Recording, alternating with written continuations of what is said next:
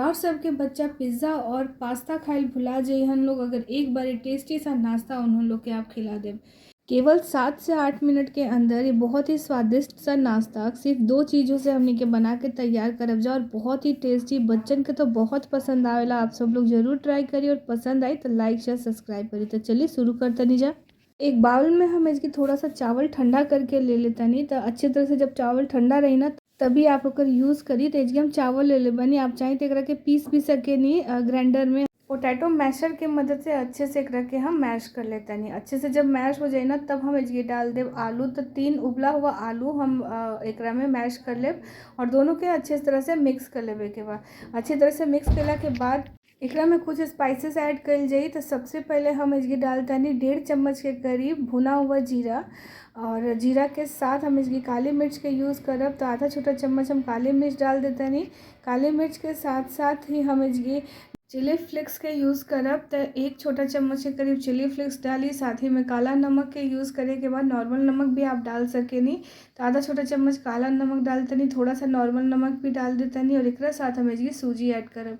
तो सूजी की क्वांटिटी 2 चम्मच बाद छोटा चम्मच से 2 चम्मच सूजी डाल दी ही, साथ ही में डाली कॉर्नफ्लोर। तो एक भी क्वांटिटी हम डाल देते नहीं 2 चम्मच के करीब, मीडियम साइज़ के चम्मच से 2 चम्मच डाल दी।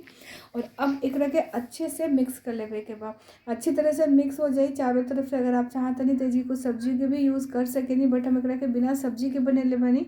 और बस अब एक छोटा छोटा बॉल बना करके हाथ में थोड़ा सा तेल लगा के तैयार कर ली, या फिर आप पानी के मदद से या तेल के मदद से छोटा छोटा बॉल बना करके आप एक तैयार कर सके नहीं। अपना मनपसंद शेप में एक के बना के तैयार भी कर सके नहीं आप।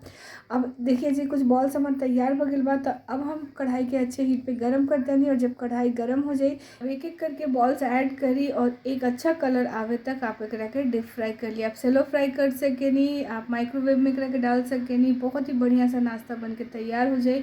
केवल 8 से 10 मिनट के समय लगी, 7 से 8 मिनट के समय लगी और बहुत ही टेस्टी सा नाश्ता बन करके तैयार हो जाए।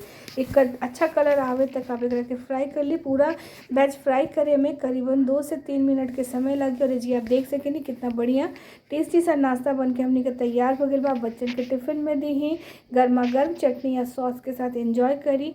बहुत ही स्वादिष्ट सा नाश्ता बन के तैयार बटे बहुत कम समय में। वीडियो पसंद आई तो लाइक शेयर सब्सक्राइब करब और अपना फ्रेंड फैमिली मेम्बर के साथ वीडियो के जरूर शेयर करब।